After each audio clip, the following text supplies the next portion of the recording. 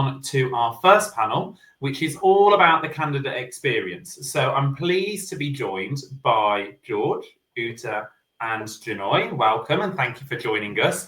So first of all, I'm just going to do a bit of a round robin, if that's okay, of just introducing yourself, tell us a bit about who you are, sort of what you do, your background, like a mini bio, if you like, to get us started. So I'll just go in the order of the screen, if that's okay. So George, could we start with you, please? Perfect, thanks. It's great to be here with you both and thank you for that introduction. My name is George. I am a transgender and Catholic teacher of religious education in the Catholic school that I attended as a child. I'm also a freelance consultant who looks at LGBT inclusion and how you might do that for staff and students within a faith perspective, which doesn't always feel as inclusive as we might hope it does.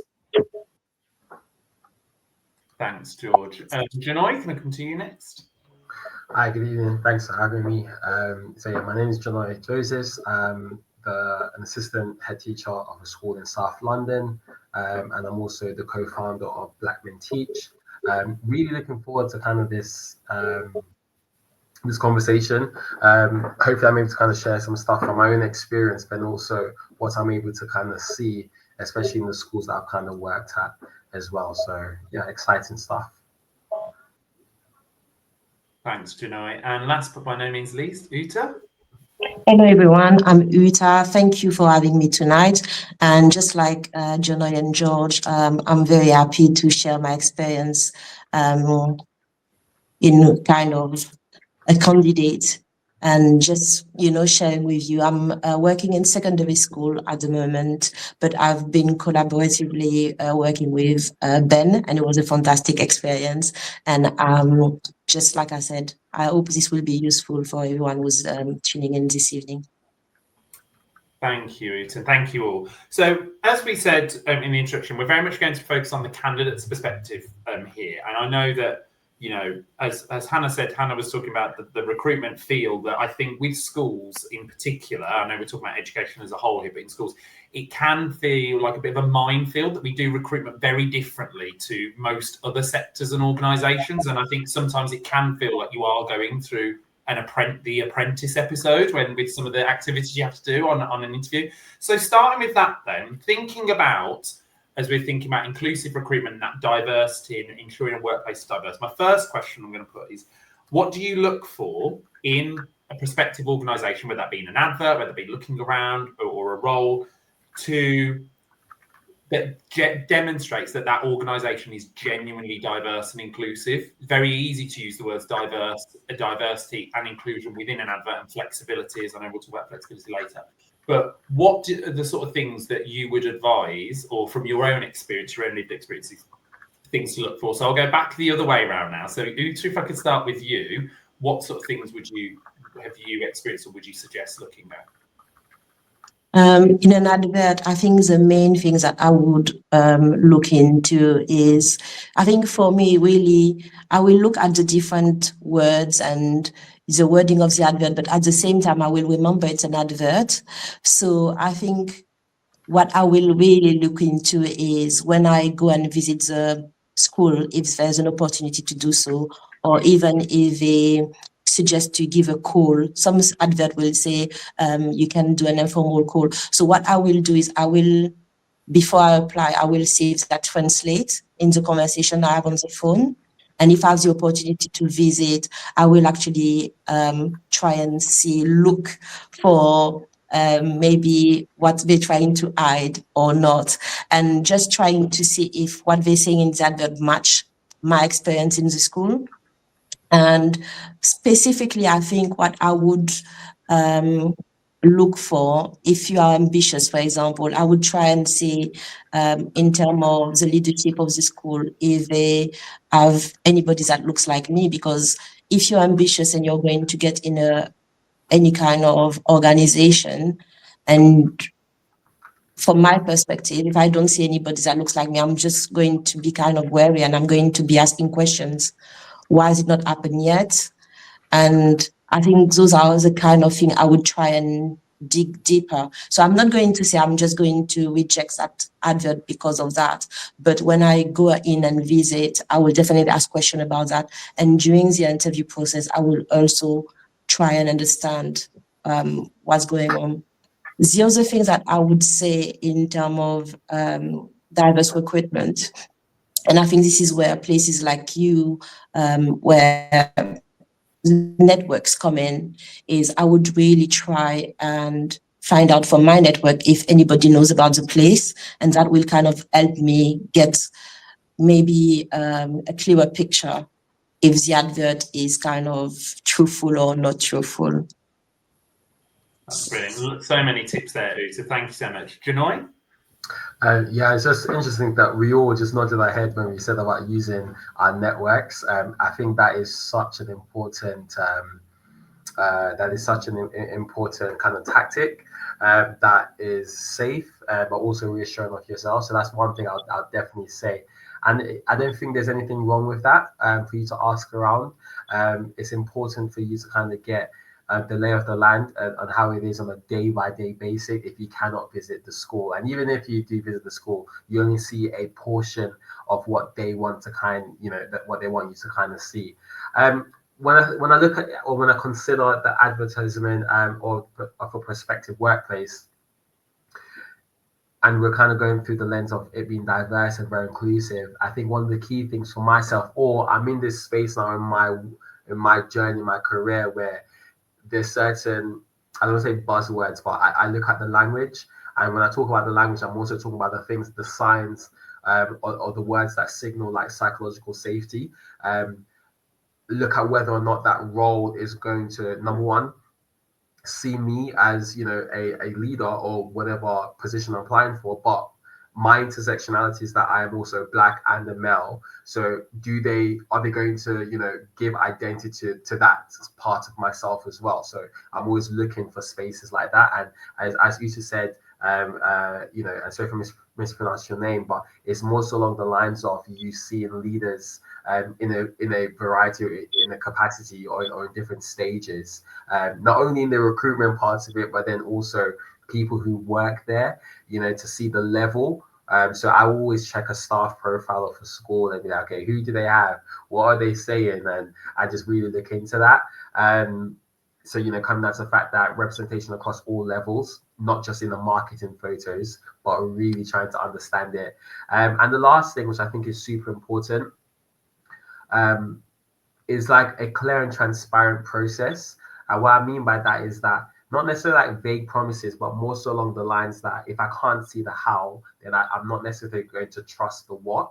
And what I mean by that ultimately comes down to this whole idea of, by the time I decide to apply for another job, for many individuals that come from marginalized background, the battle to get to that point can be a lot, can be quite intense.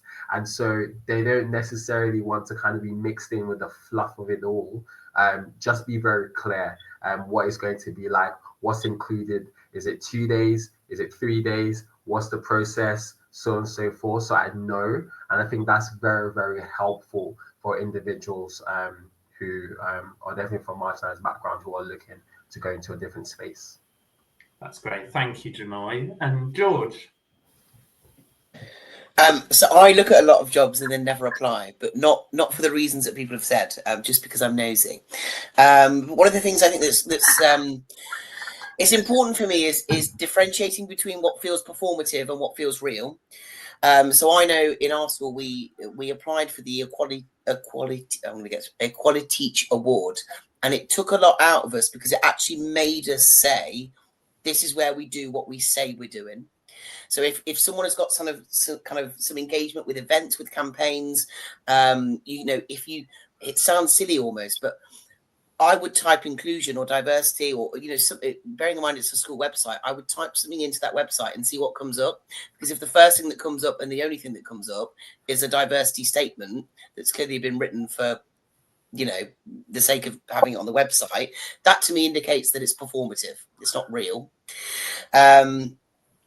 One of the things I think is really key, and I know this from my practice, so I think it goes kind of to Uta's point, if you're going to visit a school, that seeing visibility across staff, although it can be helpful, isn't necessarily as key as it might be seeing visibility amongst students, people that might feel, pupils that might feel comfortable wearing a pride flag or, whatever it might be. When pupils feel comfortable to do those things, that indicates to me that the school is doing something that allows pupils to feel that they can do that. If I see staff wearing something, I think, yeah, it's nice, but I don't, if for example, a PE department were wearing rainbow laces, I think, yeah, it's nice, but I can't see any of those in your lesson. I can't see any students doing that, which indicates to me it's performative rather than real. I guess I always want to talk kind of about policies in practice as well. I'm always keen to kind of to talk to staff and say, actually, what does inclusion look like at the school, or what do you know about inclusion? What do you know about the Equality Act? And what I want to see then is what's there, what they can talk about, but also what's not there, because what's not there doesn't indicate it's not happening.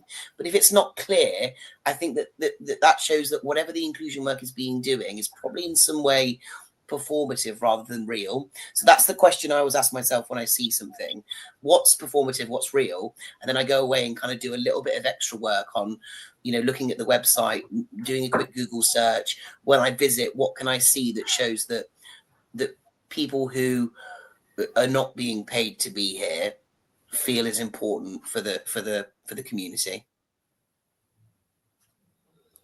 Thank you, George, and thank you all of you. There's some real, I've written loads of notes just from one question, so much there, and I think that's really important. That I really love that bit, the performative and the real, because yeah, it is like a sales pitch when you're walking around school or looking at a website. Actually, a lot of organisations are very quick to say, this is a two-way process, but there are some places where it's genuinely a two-way process and some places where it's not. And I think that is important, those things about using your networks, looking at policies and practices, asking questions, looking at the language that is used, both written but also verbal, and does it translate to both? And also, I think the big thing here as well, like I know we spoke, lots of you referenced visits and things like that, and being able to speak to people, is can you genuinely access those people? And if so, who is it? Is it the head teacher or is it their HR officer? If we're talking about a school, and actually the different perspectives you might get from different people is really important. Thank you for that. So talked about a lot of things that we could do. However, one of the things that people, even though we are in a recruitment and retention crisis, if you like, or retention and recruitment crisis rather, we can afford to be picky when looking at roles and not just going for that first role that we see. And I know for some people that might not be as easy as others. But I know one of the things that I've spoken to people about when they're looking at jobs is those things that you need to err on the side of caution when looking at workplaces and looking at roles. Some cases you can see them as like red flags waving right at you as you look for a role or walk around. In some cases, you might not see that until you're actually within the organisation, which is obviously much harder. But what sort of things do you think people should? I know we've talked about some of the things you can do, but what are sort of things people should be actively aware of that they might need to be a little bit cautious about, or things that they might need to do very carefully as part of this process? Janoy, can I come to you first on that one, please? Yeah. Okay. I know there's like two key questions that you asked there. This is the first one, just to repeat that. The main thing is to sort of get what sort of things should people be cautious about as part of this process. So, for example, I know some people might see a role and love it because they think it's their dream school, but actually when they get in or when they go around, they're like, I'm not sure about this. Or it might be the certain person that you're dealing with or the certain organizational fit. So just sort of that cautious approach to inclusive recruitment from a candidate's perspective, if you like. Okay. So let's say, for example, if we talk about that progression for being a topic, one of the things that you may want to kind of consider is just maybe the pathways or the transparency of progression. Like, is it a case that there's opportunities for you to progress? I think an inclusive workplace, ultimately, they do make that is something that's very transparent from the beginning. Like, if there is routes for progression, absolutely, that's something that you could look for. I think as well is for you to kind of ultimately think about this, and I'll bring back to the point I made earlier, is that it's just the language that's kind of used in terms of like that signals certain biases. So when we're talking about that, we're talking about idea of like things that solely set out to that organization and the culture. Is it performative? Is it something that's embedded in their values? All these kind of things. I think unless this is your first job that you're looking for, we've all been around the block and we all kind of know the jargon that's kind of used on a lot of these applications, a lot of these different stages and stuff like that. And it's ultimately for you to kind of just sift through it. I'm going to be a bit daring and say this whole idea that I do feel like there's a lesson in everything. So even if you do end up working at a school that totally ticked all the boxes until you started working in there, you ultimately can take some form of lessons from that opportunity, but then be very flexible about moving on to the next phase, and learn whatever you can learn during that time. Definitely, I love that lesson and everything. Thanks, Janoy. George, can I come to you next? Yeah, can I just say thank you for going to Janoy first, because that gave me some thinking time. I kind of have two things, and they are distinctly different, but they've both come up within the practice that I've had. So I'll start with the thing that was obvious at first. When I brought up my diverse kind of personality, I said, I'm trans, and I need to know how to navigate that in this space where I'm not sure how it will be taken. I was sort of told, oh, but you don't have to talk about that. It's your private life. Like, you don't worry about it. You don't need to speak about it. You've got nothing in place that's supporting me, regardless of questions, or whatever might be happening. But B, you're putting something on me that you're not putting on other people who fit a kind of cis heteronormative kind of, idea. Am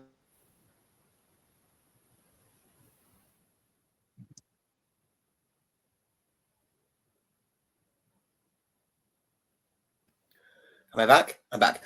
I think the other side of that for me is the fact that because you are seen, and I'm doing it in inverted commas because we all know this, the fact that you're seen as diverse, you then become the expert in the room, and that then someone's like, that's for you. You're going to do everything we need for diversity and inclusion. And you might be a new teacher, you might not be, but actually that is a massive, it's incorrect to do it anyway, but it's a massive onus to put on someone. And I think that actually you've got to be aware of people downplaying who you are, but also kind of upscaling the fact that because you are someone who meets one or several of the protected characteristics, that you're going to be the champion for everyone and you're going to take that on, certainly so if it's not part of the job that you're applying for.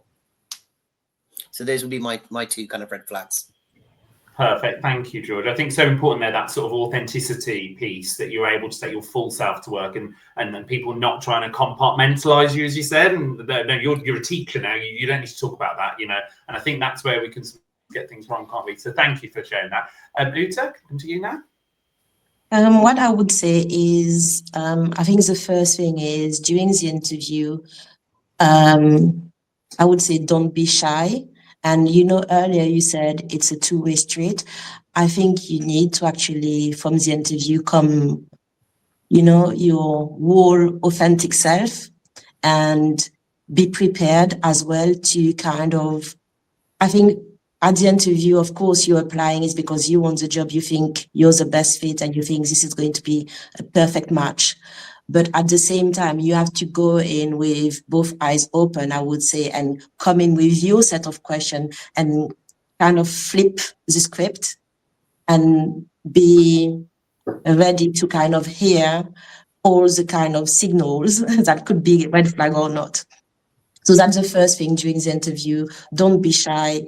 Just, make sure they know who you are from the get-go. Now, let's imagine you got the job and it's only afterwards that you actually realize, okay, it's not what you thought it was.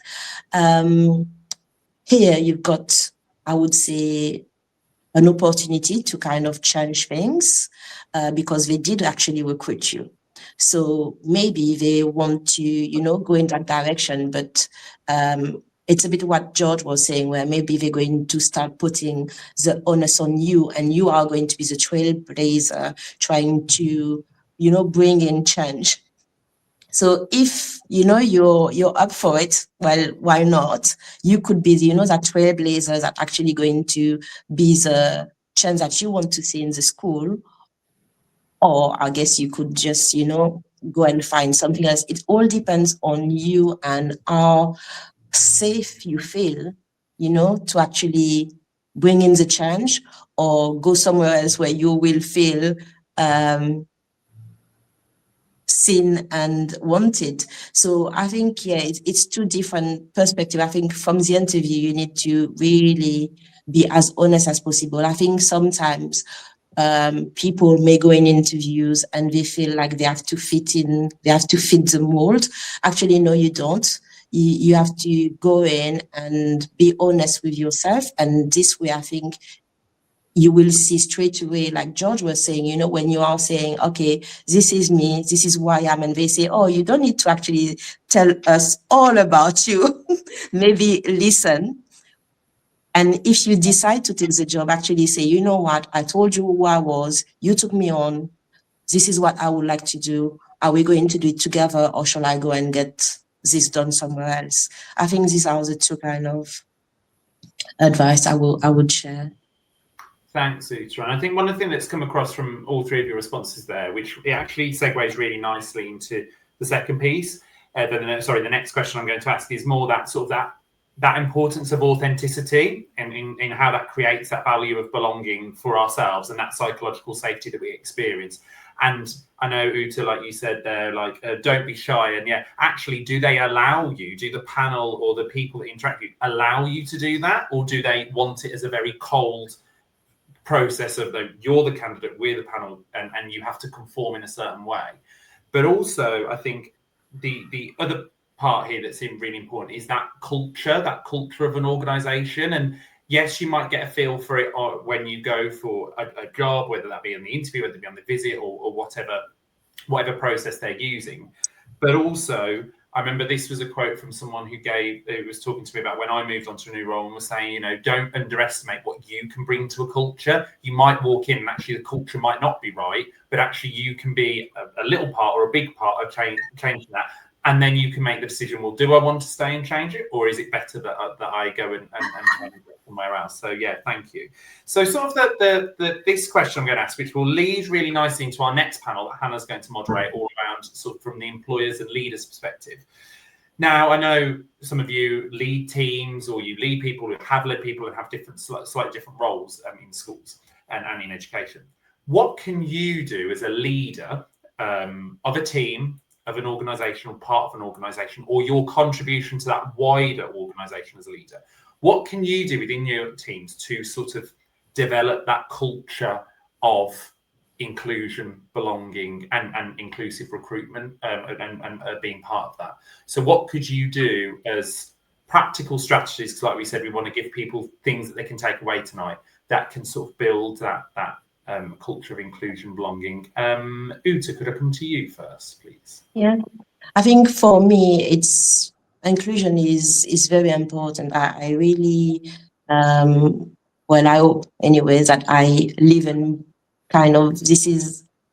for me, there's nothing more important in a school. So what I do is I would make sure that I kind of include my team in the decision making. So there's some things that I really like is never say no. So I'm not going to always say yes, but I will never say no. So I will always be open to new ideas, whichever one brings an idea, and I will maybe suggest another time when I got that headspace to talk about it. But definitely be open to whatever kind of idea. And beyond that, what I would do is I will actually put that person forward. So I will encourage my team to come in with ideas, but also be the one presenting it, because even though I am the one kind of in charge or I'm leading, well, we are all leaders. So I'm always thinking, okay, that was a brilliant idea. I really like that.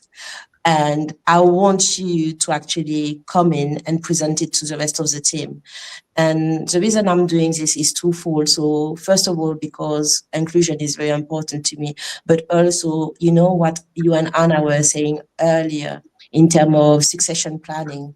And I think maybe a lot of people actually are not staying in the role because they don't actually see any kind of progression. They don't really feel like they're being heard or seen. And I'm just thinking, okay, what can I do at my own level actually to amplify their voice and their actions? Because I think as a leader, it's very easy to kind of, you know, take ownership for everything and say, okay, yeah, I came up with that brilliant. Well, actually, it wasn't me, it was so and so, and we did a brilliant job on it.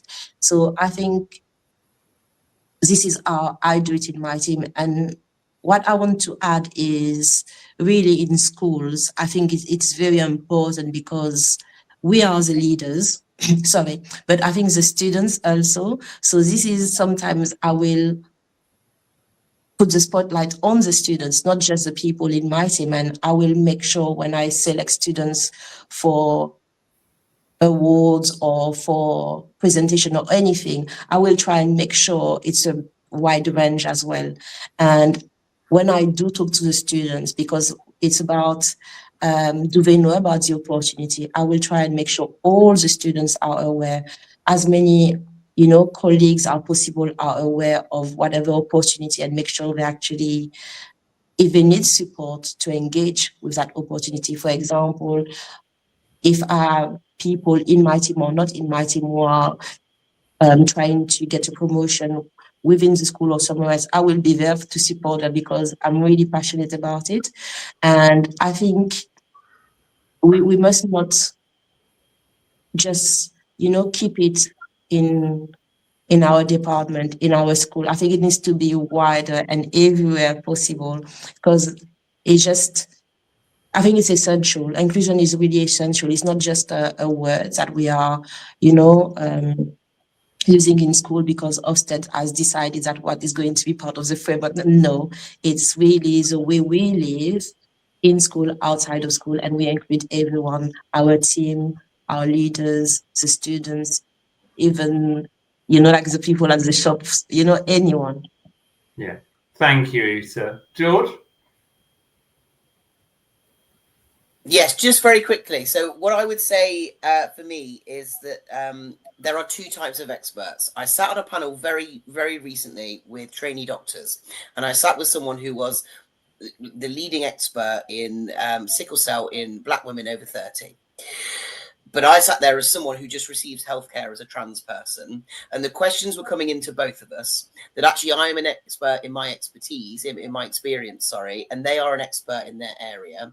And I think that when we as leaders recognize the fact that people are coming to us with expertise, you know, that actually we level the playing field of talking about that kind of that sharing that idea that Uta was saying. So that's what I would say. Thank you, George. And last but by no means least, Janoy. Yeah, I'll be super quick. Two things I'd say. Number one is that leaders ultimately must model the vulnerability and the inclusivity and the accountability that we want to kind of see. I think that's very, very important. And the second thing I'd say is organizations, and that also includes, I think when you work with people, you have to ultimately build certain systems of support. And so, for example, let's say if you line manage somebody, if you manage a team, it's setting aside time, yes, to talk about the business, but then also to talk about developing them as individuals as well when it comes to just practicing that inclusion and inclusivity, seeing them as individuals in the role, but then also as individuals who are part of your team, which links very, very well to what I said before by the other panelists about creating spaces where people are seen. Perfect. That's great. Thank you so much. I think we could have talked for much, much longer there because you all had great insights. Thank you so much. I know lots of the other panelists who are behind backstage ready for the second panel have said the same. Thank you so much. And if you're able to join us for the Q&A later, we'll see you back shortly. But thank you so much. Thank you, Ben.